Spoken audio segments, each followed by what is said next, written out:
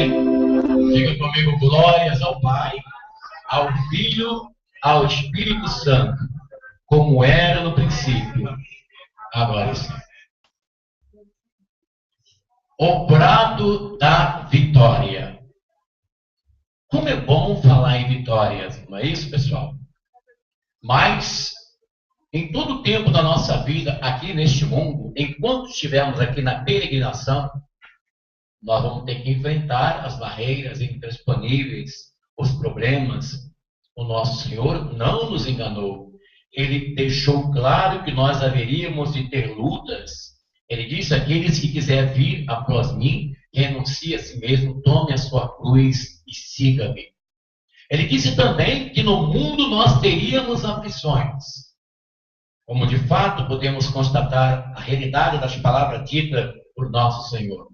As nossas vidas, o nosso viver, é uma prova viva daquilo que o Senhor disse nessas palavras. Mais uma coisa ele afirmou: tende bom ânimo, porque eu venci o mundo e vós vencereis também. Será que nós poderíamos tomar, por exemplo, o próprio Jesus para nós sermos conquistadores? Sim.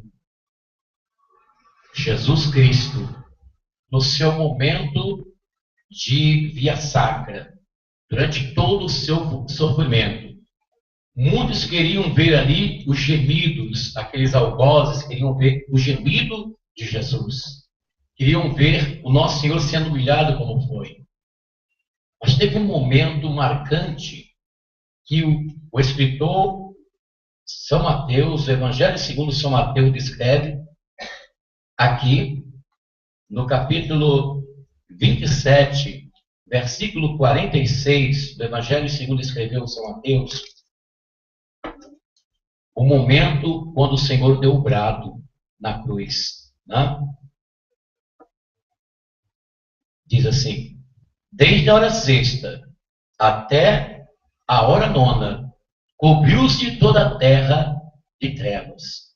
E próximo da hora nona, Jesus bradou em voz forte: Eli, Eli, lama sabachthani, que quer dizer: Deus meu, por que me desamparastes?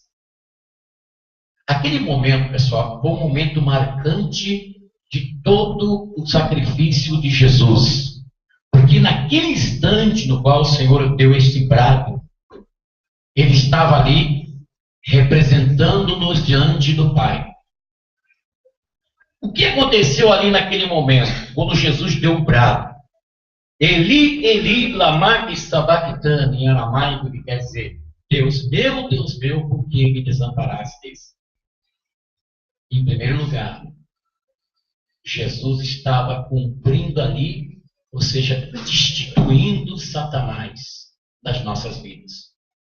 Você sabia que se Jesus não tivesse sofrido a dor do Calvário, da cruz, você sabia que hoje nós seríamos totalmente dominados por Satanás? Seríamos totalmente dominados pelo diabo? Se Jesus não tivesse feito o que ele fez, ele destituiu o poder de Satanás sobre as nossas vidas. Aquilo que o diabo queria fazer conosco, nos destruir de vez, nos colocar no inferno, destituir dos céus da vida eterna, ele iria fazer, se Jesus não tivesse morrido na cruz por nós. Mas naquele momento, ele deu o brado em que destituiu para sempre Satanás das nossas vidas. Diga comigo, graças a Deus. Em segundo lugar, o brado da vitória de Jesus cumpriu a justiça de Deus. A justiça de Deus, pessoal, requer que nós sejamos bons. Você quer ver uma coisa? Quando você lê o capítulo 18 do livro de Ezequiel, você vai encontrar lá o profeta dizendo assim, Deus, através do profeta, dizendo assim: todas as almas são minhas. A alma do Pai, a alma do Filho, todas são minhas. Porém, a alma que pecar, essa morrerá. Então você sabe quem conhece a Escritura, quem conhece a palavra de Deus, sabe que a morte é o salário, é a recompensa da nossa natureza, da nossa vida, do nosso jeito de viver, como diz a própria Bíblia, não? Então ali o Senhor cumpriu a justiça do Pai. A justiça de Deus reivindicava e queria que nós fôssemos mortos, a justiça de Deus. Mas ali Jesus tomou o nosso lugar. Por isso que o Pai se afastou do Senhor naquele momento. Naquele momento lembra quando o nosso Senhor chegou lá no Rio Jordão para ser batizado por João Batista. E João Batista, quando se surpreendeu com a chegada de Jesus para ser batizado no Rio Jordão, e João Batista disse assim: Senhor, eu que tenho que ir a vós para ser batizado por vós, e vens tu a mim. E Jesus disse assim: deixe-me por agora, porque convém cumprir toda a justiça. Porque nós sabemos que o batismo, no grego, quer dizer imersão, mergulhar. É o símbolo do nosso sepultamento da nossa natureza, do primeiro homem, do Adão, para ressurgir uma nova criatura. E nosso Senhor não necessitava disso. Ele não precisava de ser batizado. Mas como ele estava nos substituindo como pecadores, então ele foi até lá para ser batizado por João Batista. Então ali no brado da vitória, Jesus estava cumprindo a justiça de Deus. A justiça que sentenciava-nos eternamente, que distanciava-nos eternamente do Pai. Ele estava cumprindo ali a justiça de Deus. Ele tomou sobre si, como disse o profeta Isaías, tomou sobre si as nossas iniquidades. Ele tomou sobre si os nossos pecados. O castigo que nos traz a paz estava sobre ele, e sobre as suas pisaduras fomos sarados. Diga graças a Deus. Em terceiro lugar, o brado da vitória lá no Calvário, Eli, Eli, lama sabachthani, nos concedeu a vida eterna. Pessoal, nós não nos fatigamos em ouvir isso, em ouvir essas palavras, em ouvir que o Senhor nos deu a vida eterna. Pelo contrário, nós nos alegramos em todo o tempo, em todo momento que nós lembramos disso, em que nós nos conscientizamos disso, em que nós mencionamos esta palavra, nós nos alegramos. Mas o mundo, ele na sua imundícia, na sua perdição, no seu afastamento de Deus, ele se enoja em ouvir essas palavras. Você sabia? Você sabia que tem pessoas que até cospem, né? Como acontece aqui na nossa igreja. Essa semana mesmo, foi quarta-feira, passou aqui uma senhora, ela fez questão de escarrar aqui na porta da igreja. Ela parou e escarrou aqui na frente. Coitada, né? A gente fica com pena. Porque um dia nós éramos como ela também. Ignorávamos a palavra do Senhor. Como diz as Escrituras lá em Atos, né? Que Deus não levou em conta o tempo da nossa ignorância. E conclamou-nos para que nós nos chegássemos a Ele através do arrependimento, e graças a Deus que nós chegamos. Então nós ficamos assim penalizados em ver essas pessoas agindo dessa maneira, porque são pessoas que não conhecem o amor de Deus, que não entendem o significado do Evangelho de Jesus, que é tão simples, basta apenas aceitar para ter a vida eterna. Porque foi Ele que disse, na verdade eu vos digo, que quem ouve as minhas palavras e crê naquele que me enviou, tem a vida eterna, não entrará em condenação, mas passou da morte para a vida. Diga graças a Deus. O brado da vitória. Na próxima sexta-feira nós vamos continuar falando sobre vitória. A vitória de Deus no caminho de Damasco. O que aconteceu ali? Um homem que perseguia a igreja de Deus. E o nosso Senhor teve uma grande vitória na estrada de Damasco, quando converteu Saulo de Tarso. Nós vamos falar sobre a vitória na estrada de Damasco, em nome de Jesus, na próxima sexta-feira. Quero lembrar vocês que domingo do Espírito Santo, nós vamos estar falando aqui sobre o Espírito Santo, o edificador da igreja. Tá? E na terça-feira eu vou estar subindo um monte para interceder pelas pessoas que estão no exorcismo. Eu vou pedir para vocês ficarem em jejum comigo até as 10 horas. Pela igreja, tá bem, pessoal? Você vai ficar em jejum pela igreja até as 10 horas. Você que não está no exorcismo, no tratamento espiritual, você vai fazer um jejum comigo até as 10 horas da manhã pela nossa igreja, tá bem? E na quarta-feira, às 18 horas, na pastoral da evangelização, nós estaremos aqui falando sobre homilética, tá? Nós, na quarta-feira passada, nós trouxemos aqui uma das partes da homilética, que é a homilética expositiva, né? E nesta quarta-feira vamos falar da homilética textual. Como montar um texto da Bíblia para falar a palavra de Deus? Eu não sou um doutor em homilética, eu sou um aprendiz, mas aquilo que eu aprendi, eu quero passar para vocês. Nós vamos aqui montar uma homilética, um discurso baseado na Bíblia, extraído do texto. Nós vamos aprender como fazer isso. Tá? Tem segredinhos fáceis de você captar. Nós, na quarta-feira, falamos do sermão dispositivo, que está na internet. Quem não vê, por favor, acesse lá para você ouvir, é muito importante.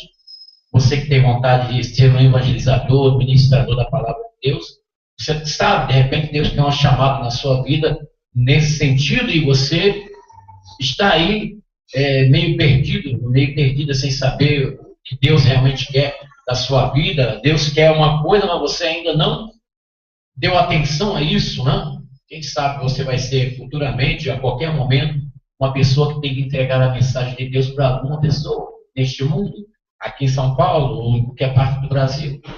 Então é só você fazer igual Isaías, né? Você fazer igual Isaías. Eis-me aqui, Senhor, envia-me a mim. E na outra quarta-feira nós vamos falar do sermão ilustrativo, né? São quatro formas primárias de homilia. Expositivo, textual, ilustrativo e temático. No último, eu vou falar que é o temático, será o temático, né?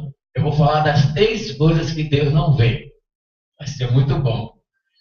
Quando eu estava fazendo homilética, no estudo bíblico que eu fiz, a prova foi essa, né? Cada um tinha que apresentar uma homilia, uma pregação, e falar na frente dos alunos, né? O meu foi esse, né? 3 coisas que Deus não vê. O professor gostou. O professor pegou aquilo ali e começou a falar lá pelo Rio de Janeiro, né? As 3 coisas que Deus não vê. Foi muito bom. Deus nos deu inspiração. Mas quais são as 3 coisas que Deus não vê? Você vai saber disso quando você comparecer dessa quarta-feira que vem a 15 dias.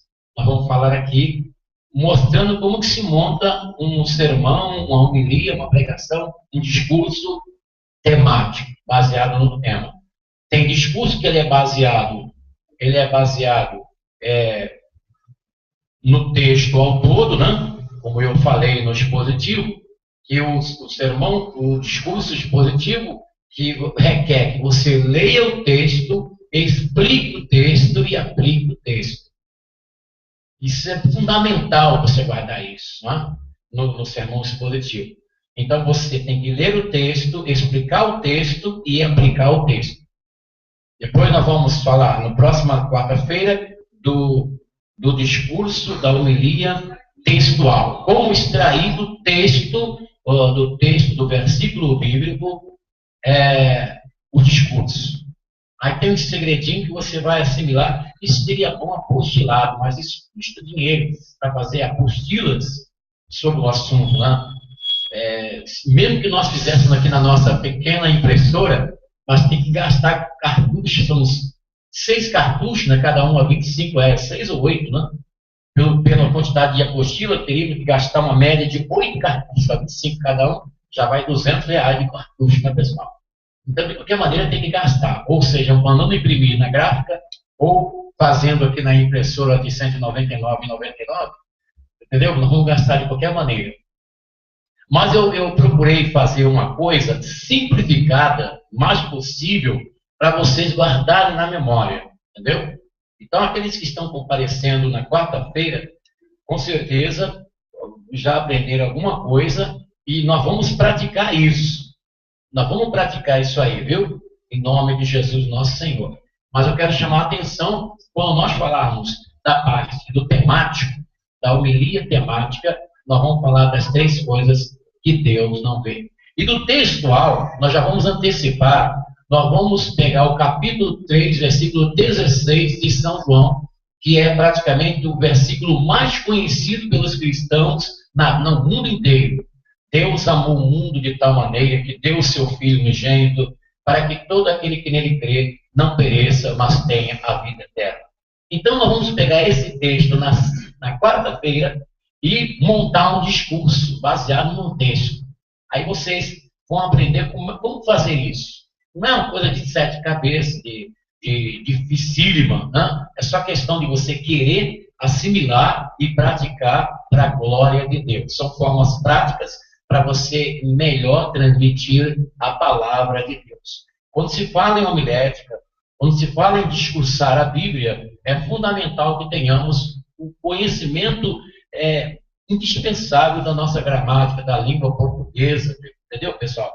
Nós não podemos falar verbos fora de tempo, nós fica, nós canta, que nós vai, misericórdia. Olha, isso aí é um crime cometer uma coisa dessa, né? E você vê muitas pessoas falando assim, né? Então, na hora que você está falando a palavra de Deus, você não pode aplicar o verbo fora do tempo. Nós vai, nós fica, nós canta. Oh my God. Misericórdia. Aí pronto, você mata tudo que você está falando. As pessoas têm um pouquinho de conhecimento, não precisa ser professor, não precisa ser um particular da vida, mas vai perceber que você está completamente fora de órbita no que tange aí transmitir a palavra, né? Então, verbo fora de tempo, pessoal, não se fala. Nós fica, não vai, nós tem gente que fala, nós tem, ainda faz o tem lá, e lá para o final dos trilhos, né? Então, nós vamos ter que aprender isso aí. Eu falei no dispositivo, na quarta-feira, que uma maneira prática de você ler as palavras corretamente e pronunciar corretamente, mesmo que você não tenha conhecimento de fonética, de fonema, de dicção, que são articulações de palavras que se aprende na escola, no primeiro grau, primeiro e segundo grau, entendeu? Então você, lendo a Bíblia, lendo o livro, o assunto que você vai ler, discursar, você tem que ler, antes de você ler para o público, você tem que ler em voz alta para você ver onde está a vírgula, onde está o ponto de interjeição, onde está o ponto de exclamação, que é a interjeição, onde está o ponto de interrogação, onde está o ponto de vírgula, para você se familiarizar com o texto. Antes de você chegar em público, diante das pessoas, você já tem conhecimento do texto. Isso é fundamental, isso é muito bom. E você lendo, por exemplo, eu estou aqui diante de Mateus, capítulo 27, na cena do Eufrates. Os soldados do governador, os soldados, tem S no final, você tem esse S tem que sair. Os soldados do governador, esse R tem que sair. Você tem que vibrar a língua lá no dente inicial da boca, do governador. Conduziram Jesus para o pretório e rodearam-no com todo o pelotão, ponto parágrafo. Arrancaram-lhe as vestes e colocaram-lhe um manto escarlate, ponto parágrafo. Depois, quer dizer, tem vírgula, você tem que dar uma pausa. Não pode falar, depois traçaram uma coroa de espinhos. Você note bem que eu estou fazendo inflexão de voz. A inflexão de voz do texto é que dá vida ao que você está lendo. Entendeu? Você não pode pegar um assunto da Bíblia e falar de uma forma direta, como se você estivesse numa linha reta. Você vai ter que fazer as inflexões de voz para dar expressividade no texto. Arrancaram-lhe as vestes e colocaram-lhe um manto escarlate. Depois, traçaram uma coroa de espinhos Meteram-lhe na cabeça e puseram-lhe na mão uma vara. Dobrando os joelhos diante dele, diziam um escárnio. Aqui tem um acento, né? Escárnio. Acento, não, acento tônico está no ar. Escárnio. Então você tem que firmar a sílaba, né?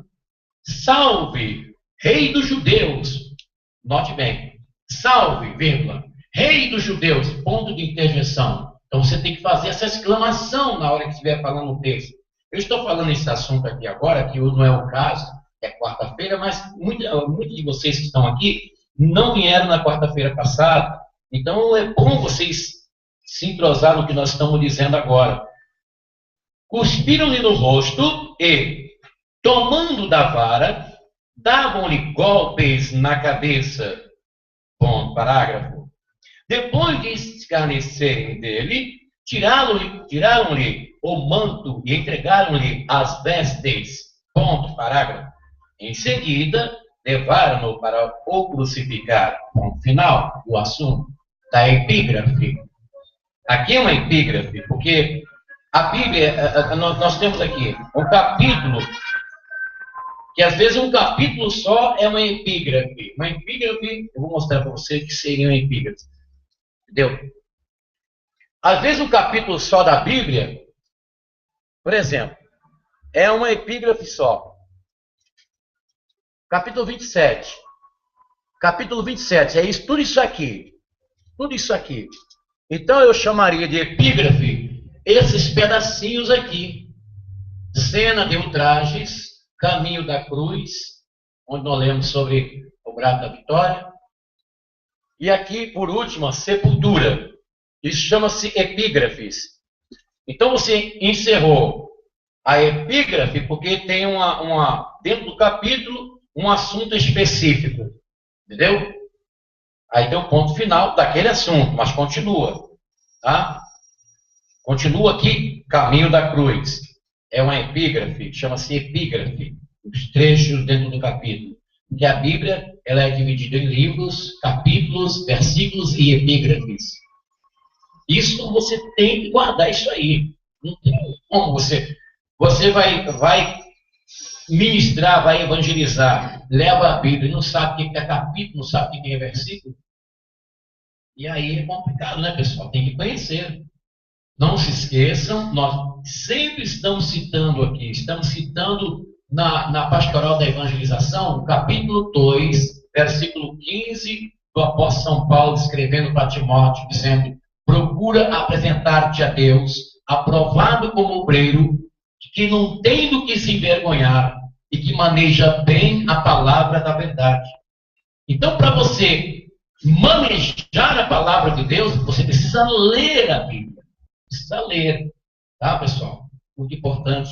Eu gostaria tanto que vocês se embrenhassem, vocês desenvolvessem nessa parte aí, porque nós poderíamos contar com vocês.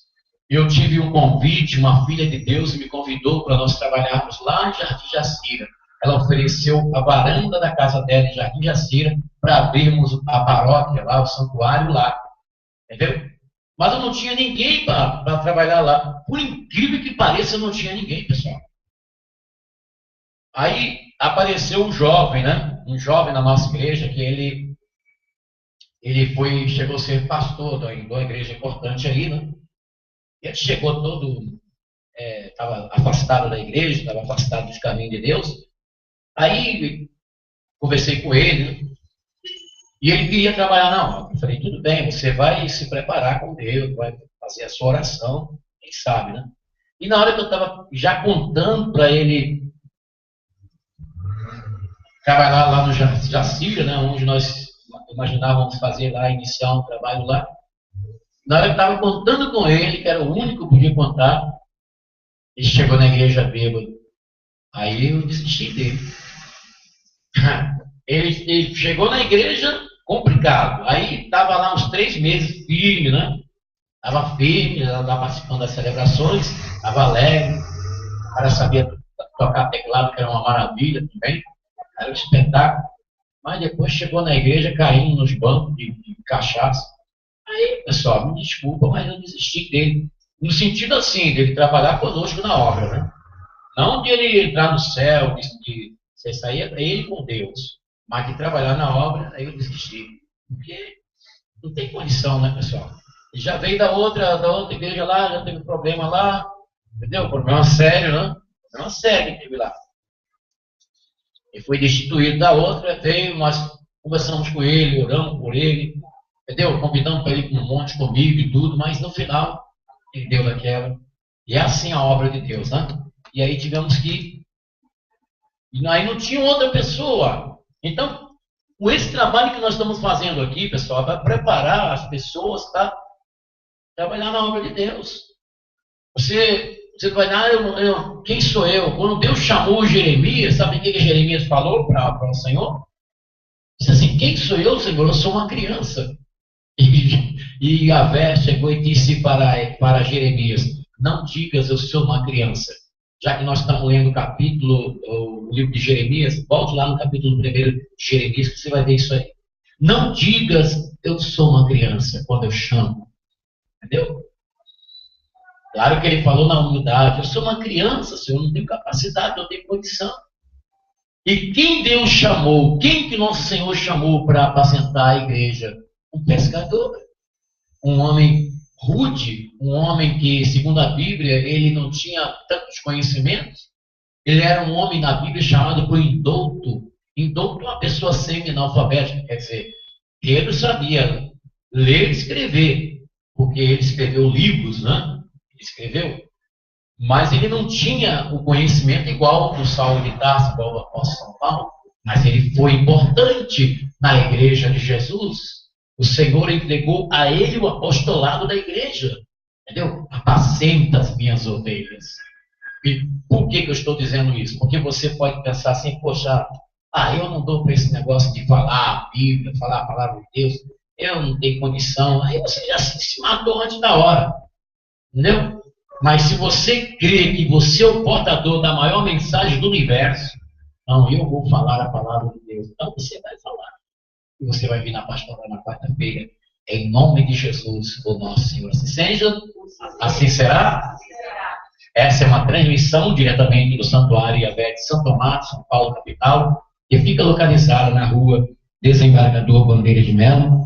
Eu sou o Bispo Afonso Querubim, tenho uma imensa satisfação, tenho uma alegria tremenda de poder estar aqui com você.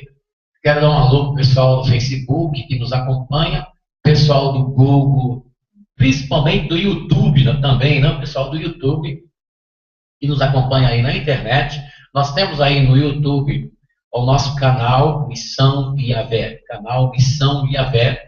Nós temos aí no YouTube canal Missão Yahvé. Aqueles que nos acompanham no YouTube, é só você clicar que você vai estar inscrito no nosso canal, tá? Eu já estou inscrito em vários canais do YouTube.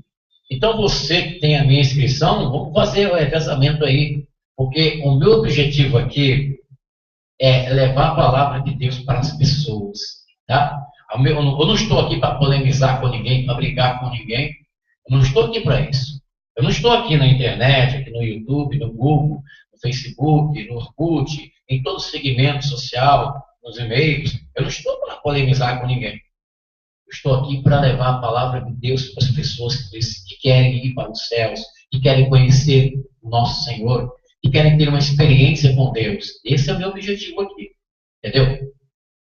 Claro que de vez em quando nós defrontamos com pessoas que estão aí fazendo alardes com a palavra, com a igreja de Jesus. É uma coisa terrorosa que está acontecendo aqui na internet. Uma coisa de terror, é um terror que está acontecendo aqui. Pessoas que estão difamando. Um dia desse eu vi um cara na internet pegando a Bíblia e jogando a Bíblia no chão. Xingando a Bíblia, jogando a Bíblia no chão. Que coisa horrível.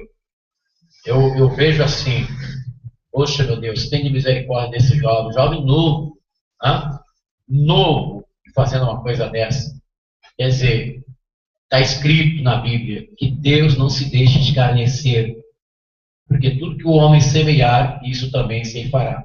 Então você que está aí na internet blasfemando na palavra de Deus, na Bíblia Sagrada, jogando a Bíblia no chão, Pelo amor de Deus, jovem, faça isso não. Faça isso não, jovem. Não faça isso. Porque não será a igreja de Jesus que você vai ter que prestar conta. Vai ser o Deus vivo. Então tenha cuidado.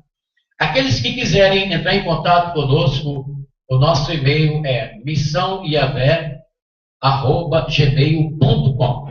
O nosso site www.missãoiavé.com.br. Você pode também deixar o seu pedido de oração, tá?